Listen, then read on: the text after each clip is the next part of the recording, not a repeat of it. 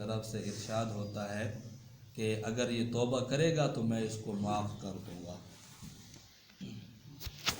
ایک حدیث قدسی ہے کہ اللہ تبارک و تعالی ارشاد فرماتے ہیں کہ جب آدمی ارادہ کرتا ہے تو فرشتے اجازت طلب کرتے ہیں، یا باری تعالیٰ فلاں آدمی گناہ کا ارادہ کر رہا ہے، کیا اس کا گناہ میں لکھ لوں؟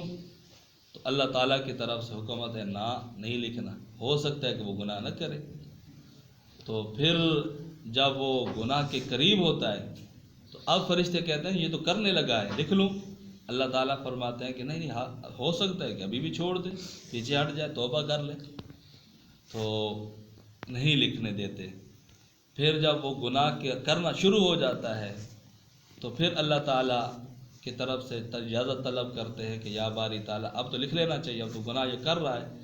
اللہ تعالیٰ فرماتے ہیں کہ ابھی بھی رہنے دو۔ وہ مکمل گناہ کر لیتا ہے۔ گناہ کرنے کے بعد پھر فرشتے پوچھتے ہیں کہ یا باری تعالیٰ اب گناہ ہو چکا ہے، ابھی لکھ لوں؟ تو اللہ تعالیٰ فرماتے ہیں کیا پتہ کہ یہ اس گناہ سے فوراً یہ توبہ کر لے، تو ابھی بھی رہنے دو۔ تو جب کافی وقت گزرتا ہے تو فرشتے کہتے ہیں کہ اس نے توبہ بھی نہیں کی، گناہ بھی کر لیا ہے، تو اب کیا کرنا ہے؟ تو اللہ تعالیٰ فرماتے ہیں چلو اس بندے کا صرف ایک گناہ لکھ لو۔ تو آدمی کا ایک ہی گناہ لکھا جاتا ہے۔ تو یہ اللہ تعالیٰ کی طرف سے انسان کے اوپر کتنا بڑا فضل، اکرام، مہربانی ہے اور محبت ہے کہ ایک نیکی کرو تو اس کی 10 نیکیاں لو، اور گناہ اگر ہو بھی جائے تو صرف ایک گناہ ہی لکھا جائے گا۔ پھر قرآن مجید کا جو اسلوب ہے بڑا عجیب ہے۔ یہ نہیں فرمایا کہ من عمل بالحسنۃ یا من عمل بالسیئہ، نہیں، من جاء بالحسنۃ فلہ عشر امثالہا، جو نیکی لے کر آئے گا، کیونکہ نیکیوں کا اصل وقت ہے جب انسان کی جان نکلتی ہے، اس وقت پتہ چلتا ہے کہ یہ نیکی پہ جا رہا ہے یا بدی پہ جا رہا ہے، برائی پہ جا رہا ہے۔ اگر وہ نیکی پہ جا رہا ہے تو سمجھو کہ کامیاب ہو گیا ہے، اور اگر وہ برائی پہ جا رہا ہے تو سمجھو کہ وہ ناکام ہو چکا ہے۔ مثال کے طور پر ایک آدمی پوری زندگی گناہ کرتا رہا، لیکن ایک وقت ایسا آیا کہ اس نے گناہوں سے توبہ کر لی ہے، اور توبہ کے بعد وہ دنیا سے گیا ہے، تو اب جو اس کی پوری زندگی کے گناہ ہیں وہ بالکل صاف ہو گئے ہیں۔ اللہ تعالیٰ نے اس کو معاف کر دیا ہے۔ اگر ایک آدمی پوری زندگی وہ نیکیاں کرتا رہتا ہے لیکن آخر میں جا کر وہ نیکی کو چھوڑ دیتا ہے تو اس کا معاملہ خطرناک ہو جاتا ہے۔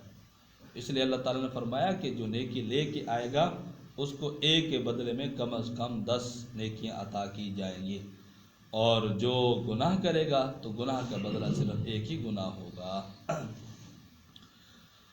ان الذین فرقوا دینہم، بے شک وہ لوگ جنہوں نے ٹکڑے کر دیا اپنے دین کو، وہ کسی بھی جماعت کے ہوں۔ اللہ تعالیٰ نے یہ نہیں فرمایا مسلمان تم ہو، تمہارے ساتھ خاص ہے، یا دین کے معاملے میں جماعت ہے، کوئی بھی جماعت ہو نا، جماعت کا جو برکت ہے اور جماعت کا جو طاقت ہے، قوت ہے، وہ صرف اور صرف اس وقت تک ہے جب اس کے درمیان اتحاد رہے گا۔